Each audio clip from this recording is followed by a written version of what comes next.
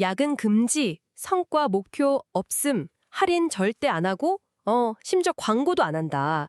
이런 경영 방침을 가진 회사가 있다면 솔직히 망하지 않는 것만으로도 대단한 거 아닐까요? 당신이라면, 이런 회사에 선택 투자할 수 있을까요? 그런데 진짜 놀랍게도요, 바로 이 회사가 10년 만에 영업이익을 4배로 늘렸어요. 매장 수는 일본에서 유니클로를 넘어섰고, 주가는 8년 만에 40배가 폭등했답니다. 심지어 일본 맥도날드를 제치고 자스닥 시가총액 1위까지 차지했죠. 와, 오늘은 이렇게 상식을 완전히 뒤엎고 엄청난 성공을 거둔 일본의 작업복 회사 워크맨 이야기를 좀 깊이 파헤쳐 보려고 합니다. 도대체 어떻게 이런 역설적인 성공이 가능했을까요? 저희가 오늘 참고한 자료는 워크맨의 독특한 경영 전략과 성공 요인을 분석한 게으른 그들은 어떻게 1조 원을 벌었을까라는 자료입니다. 이번 시간을 통해서 워크맨의 핵심 전략, 그러니까 하지 않음의 철학, 아니면 이걸 덜어냄의 전략이라고 해야 할까요? 이게 어떻게 이런 믿기 힘든 성공으로 이어졌는지 그 비밀을 함께 풀어보려고 합니다. 그리고 이 이야기 속에서 당신의 일과 삶에 적용할 만한 통찰은 또 뭐가 있을지 함께 찾아보는 게 저희 목표입니다. 이 흥미로운 이야기는요, 환갑의 나이에 워크맨의 전무로 합류한 한 베테랑 경영인에게서 시작됩니다. 종합상사에서 수십 년간 계셨고 여러 사업을 성공시킨 경험도 있었는데 그래도 마음 한편에는 뭔가 결정적인 한 방이 좀 부족하다 이런 아쉬움이 있었대요. 그래서 숙부가 회장으로 있는 워크맨에 합류하면서 이제 내 모든 노하우를 쏟아부어서 이 회사를 제대로 키워보겠다 이렇게 다짐을 했다고 하죠. 그런데 첫 출근 날 회장인 숙부가 그에게 던진 첫 마디가 정말 충격적이었다고 합니다. 여기서는 아무것도 하지 않아도 되네. 정말 황당했겠네요. 내 평생 무엇이든 해야 하고 결과로 보여줘야 한다고 믿어온 그분한테는 도저히 이해할 수 없는 말이었죠. 근데 더 놀라운 건 이 아무것도 안 하는 것처럼 보이는 회사가 실제로 수십 년간 꾸준히 안정적으로 성장해 왔다는 사실이었습니다. 네, 정말 드라마틱한 시작인데요. 실제로 워크맨의 경영 방식을 이렇게 들여다보면 상식과는 거리가 먼 원칙들이 정말 많습니다. 첫째는 할인을 절대 안 해요. 이유가 아주 명확합니다. 할인은 정가에 구매한 고객에 대한 배신이다. 이거죠. 게다가 작업복은 유행을 타지 않으니까 올해 안 팔리면 내년에 제값 받고 팔면 된다. 이런 철학이 확고해요. 유행을 안 타니까. 그렇죠. 둘째는 이익률을 의도적으로 35% 수준으로 제한합니다. 더 벌 수 있어도 욕심을 안 내는 거죠. 작업복은 기본적으로 소모품이고 소모품은 저렴해야 한다는 본질이 충실해야 한다.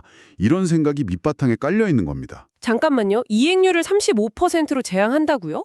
이게 물론 소비자 입장에서는 좋겠지만 회사를 키워야 하는 경영진이나 주주 입장에선 좀 답답할 수도 있을 것 같은데요. 아니 더 벌 수 있는데 왜 안 벌지? 이런 질문 나올 법도 한데요. 네, 그렇죠. 충분히 그렇게 생각할 수 있습니다. 하지만 워크맨은 단기적인 이익 극대화보다는 장기적인 고객 신뢰, 그리고 시장에서의 어떤 독자적인 위치, 이걸 더 중요하게 생각한 겁니다. 워크맨은 언제 가도 믿을 수 있는 가격이다. 이런 인식을 심어주는 거죠. 신뢰 자산이군요. 맞습니다. 이런 신뢰가 결국 더 큰 자산이 된다고 본 거고 실제로 이 원칙 덕분에 충성 고객을 많이 확보할 수 있었어요. 계속해서 다른 원칙들을 좀 보면요.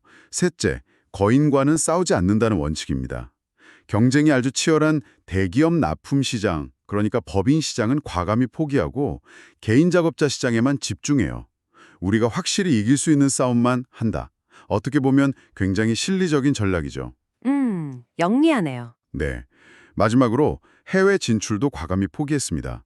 엄청난 규모의 중국 시장이 눈앞에 있었지만 이미 경쟁이 너무 치열한 레드오션인데 굳이 뛰어들 불 없다. 이렇게 판단한 거죠. 와, 듣고 보니 정말 하지 않는 것 투성이네요.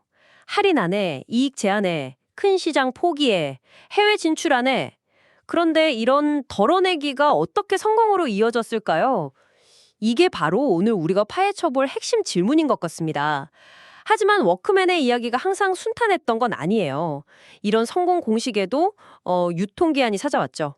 워크맨이 작업복 시장에서 독보적인 1위를 차지했지만 어느 순간 성장이 딱 멈춰버린 겁니다. 시장 자체가 좀 포화 상태에 이르렀고 핵심 고객층인 건설업 종사자 수가 이게 1997년에 685만 명이었는데 2015년에는 500만 명 수준으로 크게 줄었거든요. 아, 시장 자체가 줄었군요. 네. 그러니까 매장 1000개, 매출 1000억엔 이 목표가 아주 거대한 벽처럼 느껴졌던 거죠. 앞서 이야기한 그 전무는 직원들한테 5년 안에 연봉 100만 원 인상 이런 약속까지 해놓은 상태라 속에 막 타들어갔다고 해요. 아무리 성공적인 전략이라도 시장 변화 앞에서는 영원할 수 없다는 걸 그때 깨달은 겁니다. 바로 그 위기의 순간에 시장의 어떤 미묘한 변화들이 감지되기 시작합니다. 몇 가지 중요한 흐름이 있었는데요. 첫째는 작업복을 사는 주체가 회사에서 개인으로 점점 이동하면서 기능뿐만 아니라 디자인이나 스타일, 착용감 이런 요소들이 중요해지기 시작했어요. 네, 그렇죠. 요즘은 다들 예쁜 거 찾으니까요. 맞아요. 둘째는 건설 현장 같은 데서도 젊은 인력을 유치하려고 작업복 스타일 자체가 예전의 그 투박함에서 벗어나서 좀 더 세련되게 변하고 있었고요. 셋째, 재미있는 변화는 색상이었습니다. 예전에는 작업 현장에서 금기시되던 빨간색 같은 밝은 색상들 있잖아요. 이게 오히려 안전을 위해 권장되면서 색상혁명이라고 부를 만한 변화가 일어났습니다. 오, 색깔이 중요해졌군요. 네, 그런데 가장 결정적인 변화는 작업복이랑 일상복의 경계가 점점 희미해지고 있었다는 점이에요. 기능성이 좋은 작업복을 캠핑이나 낚시 같은 아웃도어 활동은 물론이고 그냥 평상시에도 입는 사람들이 눈에 띄게 늘어난 거죠. 바로 이 지점에서 전무는 새로운 돌파구를 발견합니다. 아웃도어 시장이다. 아하. 주변에서는 그거 이미 포화 상태다. 거대 기업들이 버티고 있어서 승산 없다. 이러면서 반대를 많이 했지만 그는 시장을 좀 다르게 보고 있었던 거죠. 네, 그 전무가 시장을 아주 흥미로운 방식으로 다시 분석했더라고요. 세로축의 가격, 가로축의 핵심 가치, 그러니까 기능성, 이걸 놓고 기존 브랜드들을 쭉 배치해봤더니 놀랍게도 기능성은 매우 뛰어나면서 가격은 저렴한 영역, 여기가 완전히 비어있었던 걸 발견한 거예요. 와, 그 빈틈을 찾아냈네요. 그렇죠. 유니클로 같은 브랜드는 저렴하지만 고기능성은 좀 부족하고 노스페이스 같은 전문 브랜드는 기능은 최고지만 가격이 너무 비쌌던 거죠. 딱 그 사이 빈틈을 본 겁니다. 프랑스의 저가형 스포츠 용품 브랜드 데카트론의 성공 사례도 큰 영광을 주었다고 해요. 데카트론의 프랑스 내 매출을 일본 인구 규모로 단순 환산해 보니까 약 4천억엔 규모의 시장이 보였는데 당시 워크맨의 아웃도어 관련 매출은 한 400억엔 정도, 그 정도밖에 안 됐거든요. 와, 10배 차이네요. 엄청난 잠재력이 있었네요. 네. 그래서 과거 실패 경험을 교훈 삼아서 이번에는 무작정 제품 라인을 막 늘리는 대신 다른 전략을 세웁니다. 기존 제품은 그대로 두고 타겟 고객을 바꾸자. 드디어 2018년 9월 아웃도어와 일상복 시장을 겨냥한 새로운 컨셉의 매장 워크맨 플러스 1호점이 문을 열었습니다. 처음에는 워낙 새로운 시도라 내부적으로도 최소 3년은 적자 각오해야 한다. 이런 조심스러운 분위기였다고 해요. 그런데 결과가 대박이었죠? 네. 결과는 모두의 예상을 완전히 뒤엎었습니다. 개점 첫날부터 매장 앞에 막 긴 줄이 늘어섰고요. 불과 3개월 만에 첫 해 매출 목표를 그냥 가뿐히 달성해버렸어요. 심지어 2019년 8월에는 기존 워크맨 매장의 매출까지 덩달아서 전년 대비 154.7%나 증가하는 놀라운 시너지 효과를 보여줬습니다. 정말 마법 같은 성공이었는데 그 비결을 이렇게 파헤쳐보면 의외로 단순한 데 있었어요. 제품 자체는 기존 워크맨 매장에서 팔던 거랑 거의 똑같았다는 거죠. 제품은 그대로고요. 네, 바뀐 건 보여주는 방식이었습니다. 작업복 느낌이 안 나도록 마네킹에 스타일리시하게 코디를 연출하고 매장 곳곳에 전신 거울 설치하고 또 고객들이 편안하게 옷 입어볼 수 있게 넓고 쾌적한 피팅룸을 만들고 이렇게 고객 경험을 확 바꾼 거죠. 똑같은 제품이라도 어떻게 포장하고 보여주느냐에 따라서 전혀 다른 가치를 지닐 수 있다는 걸 증명한 그런 사례입니다. 그런데 여기서 더 흥미로운 점은요. 워크맨이 의도하지 않았던 방식으로 고객들이 제품의 가치를 막 재발견하고 활용하기 시작했다는 거예요. 예를 들어서 오늘 야외 작업자들을 위해서 만든 방수 방한복 세트가 있었는데 가격이 6,800엔, 아주 저렴했거든요. 네네. 근데 이걸 바이크 라이더들이 발견하고는 완전 열광하기 시작한 거예요. 왜냐하면 수십만 원짜리 전문 바이크 의료에 비해서 성능은 크게 안 떨어지는데 가격은 뭐 비교가 안 될 정도로 싸니까요. 아, 가성비가 엄청났군요. 그렇죠. 또 주방에서 신는 미끄럼 방지 신발이 있었는데 어떤 임산부가 블로그에 이 신발 신고는 진짜 한 번도 미끄러진 적 없다 이런 후기를 올린 거예요. 이게 막 퍼지면서 순식간에 임산부들 필수템으로 등급했대요. 와, 입소문이 제대로 났네요. 네, 정원 가꾸는 분들이 화원용 앞치마를 애용하게 된 것도 비슷한 사례고요. 이런 고객들의 자발적인 발견과 활용, 이걸 보면서 워크맨 경영진이 아주 중요한 깨달음을 얻게 됩니다. 아, 우리는 그냥 작업복을 판다고 생각했는데 고객들은 우리 제품을 자신들의 삶, 훨씬 더 다양한 영역에서 훨씬 더 창의적인 방식으로 쓰고 있었구나. 그렇죠. 자기들도 몰랐던 가치를 고객이 찾아준 거네요. 네, 이 깨달음이 이후 워크맨의 마케팅 전략을 근본적으로 바꾸는 계기가 됩니다. 바로 앰베서더 전략이죠. 워크맨은 비싼 광고비를 쓰는 대신에 제품을 실제로 사용하고 사랑하는 진짜 사용자들의 목소리를 전면에 내세우기로 합니다. 오토바이 동호회 회원, 캠핑 마니아, 낚시꾼, 등산 전문가, 심지어 요리하는 주부까지 진짜 다양한 분야의 실제 사용자들을 앰베서더로 위촉했어요. 여기서 정말 파격적인 부분은 이 앰베서더들한테 금전적인 대가를 전혀 안 준다는 거예요. 네, 돈을 안 준다고요? 그럼 뭘로? 이게 어떻게 가능했을까 싶은데 비결은 진정한 윈윈 관계 구축에 있었습니다. 워크맨은 앰베서더에게 돈 대신에요. 그들의 활동, 예를 들면 블로그나 유튜브 채널 같은 거를 워크맨 매장에 홍보 포스터를 붙여주는 방식으로 지원을 해준 거예요. 그러니까 앰베서더는 자기 활동을 알릴 기회를 얻고 워크맨은 진짜 진정성 있는 홍보 효과를 얻는 거죠. 서로에게 실질적인 이익이 돌아가는 구조를 만든 겁니다. 똑똑하네요. 서로 필요한 걸 채워주는 방식이군요. 네, 그리고 단순히 홍보에만 활용한 게 아니에요. 앰베서더들을 신제품 개발 회의에 직접 참여시켰습니다. 자전거 전문가, 캠핑 전문가, 마라톤 선수, 각 분야 앰베서더들이 자기 경험을 바탕으로 정말 날카로운 비판이랑 개선 아이디어를 막 쏟아냈고 워크맨은 이걸 겸허히 받아들여서 제품 개선에 적극 반영했어요. 그러자 앰베서더들은 이건 정말 내가 만들기에 참여한 제품이다. 이런 강한 자부심과 애착을 갖게 됐고 이게 또 주변 사람들한테 더 강력하고 진정성 있는 추천으로 이어진 거죠. 야, 이게 진짜 살아있는 마케팅이네요. 심지어 언론 인터뷰 요청이 들어와도 회사 임원이나 홍보 담당자가 나서는 대신에 앰베서더들을 전면에 내세웠다고 하더라고요. 맞아요.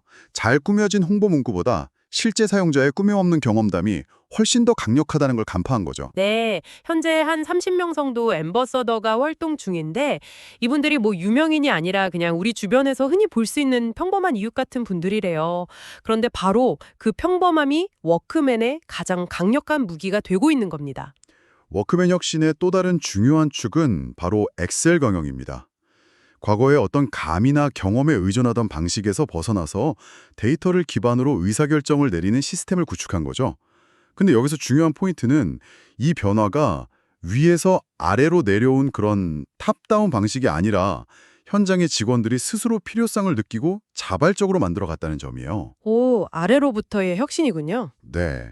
예를 들면 전국 120명의 슈퍼바이저, 그러니까 매장 관리자 중에서 엑셀 활용 능력이 뛰어난 20명을 선발해서 비공식적인 분석팀을 만들었어요. 이분들이 엑셀 함수나 매크로 같은 기능을 활용해서 현장에서 당장 필요한 분석 도구들을 직접 개발하기 시작한 겁니다. 그중 대표적인 성공 사례가 바로 미도입 제품 발견 도구라는 거예요. 아, 그거요. 그게 어떤 거냐면요. 예전에는 슈퍼바이저가 담당 매장에 가가지고 사장님, 이 제품 요즘 잘 나가는데 한번 들여놓으시죠. 이렇게 감으로 추천하면 점장은 에이, 우리 매장 손님들은 그런 거 안 사요. 이러면서 거절하는 경우가 많았대요. 네, 답답했겠죠. 그렇죠. 슈퍼바이저 입장에서는 답답했을 텐데 이 미도입 제품 발견 도구라는 엑셀 파일을 만들어서 매장 번호만 딱 입력하면 해당 매장에서 아직 안 파는 제품 목록이랑 함께 그 제품들이 다른 매장에서는 얼마나 잘 팔리는지 판매량 순위까지 자동으로 쩍 보여주게 한 겁니다. 와, 데이터를 들이미니까 할 말이 없겠네요. 네. 이걸 데이터로 딱 보여주니까 점장들도 이 제품을 우리 가게에 들여놨으면 이만큼 더 팔 수 있었다는 거네 하면서 설득될 수밖에 없었던 거죠. 이 도구 하나로 슈퍼바이저들 업무 효율이 엄청나게 올라갔고 점장들이랑 소통도 훨씬 원활해졌다고 합니다.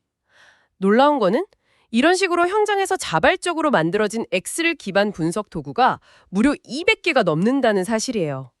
와, 정말 대단하지 않나요? 네, 정말 대단하죠. 현장의 필요가 혁신을 이끈 대표적인 사례라고 할 수 있겠네요. 맞습니다. 이 사례는 기술 자체가 중요한 게 아니라 누가, 왜, 어떻게 그 기술을 쓰는지가 핵심이라는 걸 보여주는 거죠. 데이터가 단순히 직원을 통제하고 평가하는 수단이 아니라 직원들이 스스로 문제를 발견하고 해결하면서 성장할 수 있도록 돕는 도구가 될 때 비로소 진정한 힘을 발휘한다는 걸 증명한 겁니다. 엑셀이라는 아주 평범한 도구가 워크맨에서는 혁신의 엔진이 된 셈이에요. 워크맨은 시간을 활용하는 방식도 좀 남다릅니다. 제품을 개발할 때 최소 5년, 길게는 10년 이상 꾸준히 판매할 것을 전제로 해요. 10년이요? 와. 네, 반짝 유행을 따르기보다는 시간이 흘러도 변치 않는 어떤 본질적인 기능이나 내구성에 집중하는 거죠. 그래서 첫 해에는 일부러 소량만 생산합니다. 혹시라도 재고가 남더라도 디자인이 크게 안 바뀌니까 다음에 제값을 받고 팔 수 있도록 처음부터 설계를 하는 거예요. 아, 재고 부담도 덜고 가격도 지피고. 그렇죠. 하나의 제품 디자인을 최소 5년 이상 유지하고 필요할 때만 약간의 개선을 더하는 식이죠. 색상도 유행 따라 막 바꾸는 게 아니라 기본 4, 5가지 정도로 딱 제한하고요. 이런 느림의 전략이 의도치 않은 결과를 낳기도 했습니다. 맞아요. 워낙 소량 생산 원칙을 지키다 보니까 인기 있는 제품은 금방 품절돼서 구하기 어려워지는 경우가 많았대요. 그래서 신제품 출시일에는 새벽부터 매장 앞에 막 줄을 서는 그런 진풍경이 벌어지기도 하고 품절된 제품이 온라인 중고 장터에서 정가에 막 2배, 300 가격에 거래되기도 했다고 합니다. 오, 희소성이 오히려 마케팅이 됐네요. 네, 이런 희소성이 오히려 고객들의 기대감이나 소유욕을 자극하는 효과를 낸 거죠. 또 전국에 891개나 되는 매장을 면적, 상품 구성, 가격까지 거의 동일하게 표준화했어요. 덕분에 대표적인 30개 매장의 고객 100명 정도만 꾸준히 조사해도 전체 시장의 트렌드나 고객 반응을 정확하게 파악할 수 있게 됐죠. 거창하고 복잡한 CRM 시스템 없이도 핵심적인 통찰을 얻는 아주 효율적인 방식을 택한 겁니다. 공급망 관리 방식은 정말 워크맨 혁신의 정수라고 할 수 있습니다. 보통 기업들은 어떻게든 공급 업체를 좀 관리하고 통제하려고 하잖아요. 그렇죠. 갑을 관계가 되기 쉽죠. 그런데 워크맨은 정반대의 방식을 택했어요. 제품별로 공급 수량을 결정하는 권한을 전적으로 공급업체, 즉 벤더에게 위임해버린 겁니다. 그리고 벤더가 결정한 수량은 이유를 묻지 않고 전량 매입해주죠. 네, 공급 수량 결정을 벤더에게 맡긴다고요? 와, 그건 정말 파격적인데요? 보통은 재고 부담 때문에 어떻게든 필요한 만큼만 주문하려고 하지 않나요? 만약에 벤더가 잘못 예측해서 너무 많이 생산하면 그건 어떡하죠? 바로 그 지점이 워크맨의 신뢰 경영 철학이 빛을 발하는 부분입니다. 이게 가능한 이유는 크게 두 가지예요. 첫째, 워크맨이랑 거래하는 벤더들은 대부분 20년, 30년 이상 함께 해온 베테랑들이에요. 워크맨은 이분들의 전문성과 경험을 깊이 신뢰하는 거죠. 아, 오래된 파트너들이군요. 네. 둘째, 워크맨은 판매 데이터, 재고 현황, 물류 정보 등등 자사의 거의 모든 데이터를 벤더화하고 투명하게 공유합니다. 그러니까 이 정확한 데이터를 바탕으로 수요를 예측하고 생산량을 결정하기 때문에 예측 오류를 최소화할 수 있는 거예요. 상호 신뢰와 투명한 정보 공유가 있기에 가능한 시스템인 거죠. 아하, 그러니까 벤더를 단순히 하청업체가 아니라 진짜 데이터 기반의 파트너로 대우하는 거군요. 그 결과는 어땠나요? 궁금하네요. 결과는 정말 놀라웠습니다. 고객이 원하는 제품을 제때 공급하는 비율, 이걸 제품 서비스율이라고 하는데 이게 93%에서 97%까지 올라갔고요. 재고가 팔려나가는 속도를 나타내는 재고 회전 일수는 27일에서 24일로 단축되었습니다. 와, 효율이 엄청 좋아졌네요. 근데 가장 극적인 변화는 워크맨 본사에서 제품 발주 업무 자체가 거의 사라졌다는 겁니다. 벤더가 알아서 생산하고 납품하니까요. 세상에 본사 일이 없어졌다고요? 네, 신뢰가 어떻게 비효율을 제고하고 생산성을 극대화하는지를 아주 명확하게 보여주는 사례라고 할 수 있습니다. 이런 워크맨의 철학은 가맹점 관리에도 그대로 적용됩니다. 워크맨 가맹점의 계약갱신율이 무려 99%에 달한다고 하는데요. 99%요? 거의 다 한다는 거네요. 네, 그 비결 역시 불필요한 일을 하지 않는 것에 있습니다. 첫째, 매장에서 직원이 고객에게 일일이 설명하는 대면 판매를 최소화했어요. 대신 제품 태거나 QR코드에 상세 정보를 담아서 고객 스스로 확인하게 했죠. 둘째, 매일 영업 종료 후에 하는 정산 마감 같은 번거로운 업무가 없습니다. 아, 그것도 일이 많은데. 그렇죠. 셋째, 가장 중요한 건데 가맹점의 판매 실적 목표를 부과하지 않습니다. 점주와 직원들의 스트레스 주범을 아예 없애버린 거죠. 와, 정말 일하는 사람 입장에서 생각하는 경영이네요. 이렇게 본질에만 집중한 결과 워크맨 제품을 구매하는 일반 고객의 한 60, 70%, 그리고 작업 현장의 전문가 고객들은 90% 이상이 충성 고객이 되었다고 합니다. 네, 대단한 충성도죠. 단기적인 이익이나 화려한 마케팅에 힘쓰기보다 워크맨 제품은 가격표를 보지 않고도 믿고 살 수 있다는 이런 절대적인 신뢰를 쌓는데 집중했기 때문입니다. 할인을 하지 않는 정직한 가격 정책, 시간이 지나도 변치 않는 품질 유지, 이게 결국 고객의 마음을 얻은 핵심 비결이었던 거죠. 자, 오늘 워크맨의 이야기를 쭉 정리해보면 이렇습니다. 워크맨은 단순히 게으르거나 현실에 안주한 게 아니라 무엇을 하지 않을 것인가를 아주 전략적으로 선택했다는 겁니다.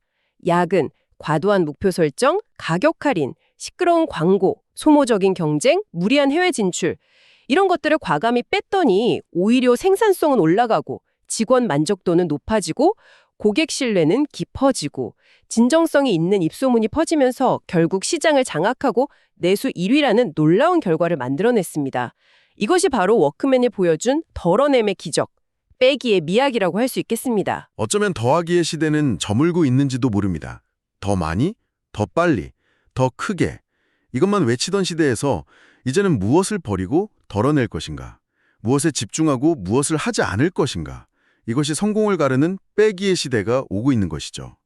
워크맨의 이야기는 단순히 한 기업의 성공 스토리를 넘어서 우리 시대의 성장 방식 그리고 지속 가능성에 아주 근본적인 질문을 던지고 있습니다. 그래서 마지막으로 오늘 이 이야기를 들으신 당신에게 질문을 던지고 싶습니다. 당신은 무엇을 하지 않을 것인가요? 당신의 일과 삶에서 더 나은 결과를 위해 과감히 버려야 할 것은 무엇인가요? 그리고 어떤 상황에서도 반드시 지켜야 할 당신만의 핵심 가치는 무엇인가요? 워크맨처럼 남들이 다 하는 경쟁이나 유행을 무작정 따라가지 않는 용기, 모든 것을 완벽하게 하려는 부담감 대신에 좀 작게 시작해보는 실험 정신, 혹은 무한한 성장 욕심 대신에 적절한 선에서 만족하고 본질에 집중하는 지혜, 이런 것들에 대해 한 번쯤 생각해볼 시간을 가져보시면 어떨까요? 그리고 한 걸음 더 나아가서 이런 질문도 던져봅니다. 워크맨처럼 제품 하나를 오래도록 만들고 소비자들이 오래 사용하도록 유도하고 또 과잉 생산을 지향하는 이런 방식이요. 환경 문제가 심각한 이 시대에 어쩌면 가장 필요한 지속 가능한 성장 모델이 될 수는 없을까요? 혹은 워크맨이 보여준 것처럼 시대가 변해도 지켜야 할 핵심 가치, 즉 전통을 고수하면서도 동시에 시장의 변화에는 누구보다 유연하고 창의적으로 대응하는 것, 즉 혁신, 이 둘 사이의 균형이야말로 진정한 지속 가능성의 비밀은 아닐까요? 끊임없는 성장이 항상 옳은 답일까요? 아니면 때로는 이런 전략적인 하지 않음이 더 깊고 의미 있는 성공을 가져다 줄 수 있을까요? 워크맨의 하지 않음의 철학이 더 궁금하시다면 오늘 저희가 참고한 자료 게으른 그들은 어떻게 1조 원을 벌었을까? 이 자료를 통해서 그들의 멈춤이 어떻게 더 큰 도약의 준비가 되었는지 직접 확인해 보시는 것도 좋겠습니다. 오늘 저희가 나눈 이야기가 당신의 생각에 작은 영감의 불씨가 되었기를 바랍니다.